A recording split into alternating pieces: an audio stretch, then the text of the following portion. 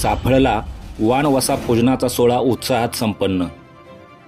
तीर्थक्षेत्र चाफळ येथील ऐतिहासिक श्रीराम मंदिरात आज मकर संक्रांतीच्या निमित्ताने हजारो सुवासिनींनी अखंड सौभाग्याच्या वाण वसा पूजनासाठी सीतामाई दर्शनासाठी गर्दी केली होती। केवळ महिलांचा सहभाग असलेल्या या अनोख्या सोहळ्यासाठी काल सकाळपासूनच मंदिरात सुवासिनी वाण वसा पूजनासाठी गर्दी केली।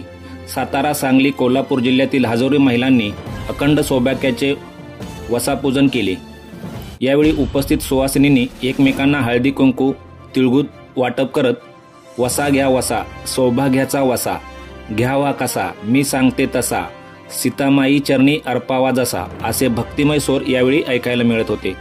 ऐतिहासिक श्रीराम मंदिरात या मकर संक्रांतीनिमित्त महाराष्ट्राच्या कानाकोपऱ्यातून आलेल्या सुवासिनी महिलांच्या या पूजनानिमित्ताने एक धार्मिक आनंदाची पर्वणी ठरली। मंदिर परिसरात केवळ त्या ठिकाणी विड्याच्या पानावर वसा पूजनाचे साहित्य मांडून त्यावर हळदी कुंकू वाहत सीतामाई चरणी अखंड सौभाग्याचं लेणं मनोभावे मागत होत्या। मंदिरात महिला भक्तांसाठी श्रीराम व सीतामाई दर्शनासाठी आकर्षक बॅरिगेट्स उभारून रांगेने दर्शन व्यवस्था करण्यात आली होती। मकर संक्रांतीच्या निमित्ताने वसा पूजनाचा उत्साह सोहळा चाफळ येथील श्रीराम मंदिरात गेले अनेक वर्ष चालत आला आहे। येणाऱ्या प्रत्येक सुवासिनी महिलेने आपल्याबरोबर नवीन 5 महिला घेऊन येण्याची प्रथा आहे।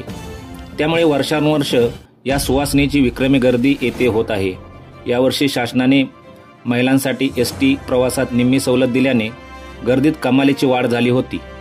यात्रा यशस्वी पार पाडण्यासाठी सरपंच आशिष पवार, उपसरपंच सुरेश काटे, ग्रामसेवक राजेंद्र चोरगे व त्यांचे सहकारी तसेच श्रीराम देवस्थान ट्रस्टचे अध्यक्ष सुभाष जोशी, व्यवस्थापक सुतार यांच्या मार्गदर्शनाखाली विशेष परिश्रम घेतले। साप्ताहिक कुमजाई पर्व न्यूज, संपादक प्रदीप माने, पाटण।